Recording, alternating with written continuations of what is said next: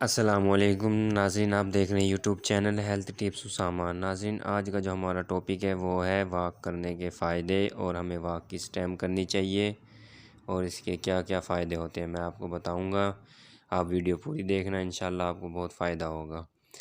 صبح کی سیر سب سے پہلے تو سب سے فائدہ مند جو واک ہوتی ہے وہ صبح کا ٹائم ہی ہوتا ہے۔ خوشگوار زندگی گزارنے کے لیے صحت بہت ضروری ہے۔ اگر صبح کی سیر کو معمول بنا لیا جائے تو بیماریاں قریب نہیں آتی، انسان صحت مند رہتا ہے۔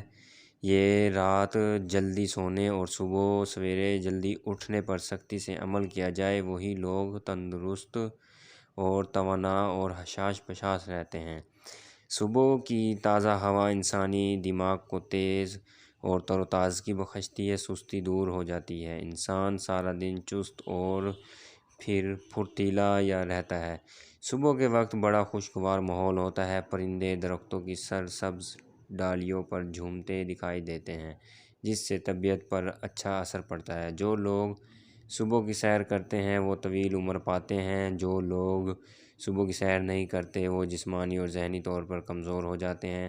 دیہاتوں کے لوگ اس لحاظ سے خوش قسمت ہیں کہ کیونکہ وہ صبح سویرے ہی کام کاج کے لیے نکل جاتے ہیں اور کام کے ساتھ ساتھ صبح کی تازہ ہوا سے لطف اندوز ہو جاتے ہیں اور صحت کی دولت سے بھرپور ہوتے ہیں۔ جو لوگ صبح کی سیر نہیں کرتے وہ جلدی تھک جاتے ہیں، ان کے اعصاب کمزور ہو جاتے ہیں، معمولی سا کام کرنے سے ان کی سانس پھول جاتی ہے، یہاں سستی کاہلی کی وجہ سے ان کے مزاج میں بھی چڑچڑاپن آ جاتا ہے۔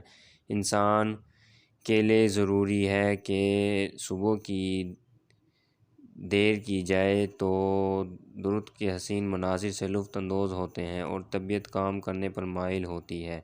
اس کے علاوہ اس میں برکت ہوتی ہے۔ بلڈ پریشر، شوگر اور دل کے امراض کے لیے صبح کی سیر بہت ضروری ہے۔ صبح کے وقت ہری بھری گھاس پر ننگے پیر چلنے سے اس سے ہماری صحت پر بہت اچھے اثرات مرتب ہوتے ہیں اور اس کے علاوہ واکنگ کے دوران ان باتوں کا خاص خیال رکھا جائے کہ تیز چہل قدمی کے دوران اپنا سر، کندھے اور جسم مناسب حد تک سیدھے رکھیں، رفتار توازن برقرار رکھیں۔ چلنے کے دوران اپنا وزن ایڑیوں پر ڈالیں، پنجوں کو آرام و سکون سے حرکت کرنے دیں، آرام دہ شوز پہن کر واکنگ کریں، لباس ڈھیلا ڈھالا اور آرام دہ ہونا چاہیے، زیر جامے اور موزے سوتی ہوں تاکہ پسینہ جذب ہو سکے۔ واکنگ شروع کرنے سے پہلے 1-2 گلاس پانی پی لیں، واکنگ کرنے کے بعد سانس بحال ہونے پر پانی پئیں، پسینہ خشک ہونے پر نہا لیں۔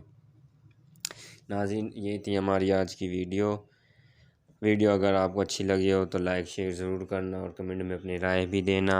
آپ چاہتے ہیں کہ اس طرح کی ویڈیو ہیلتھ ٹپس کے لحاظ سے آپ تک پہنچتی رہیں تو پلیز ہمارے چینل کو سبسکرائب کر دیں۔ ملتے ہیں انشاءاللہ آپ کو نیکسٹ ویڈیو میں۔ اللہ حافظ۔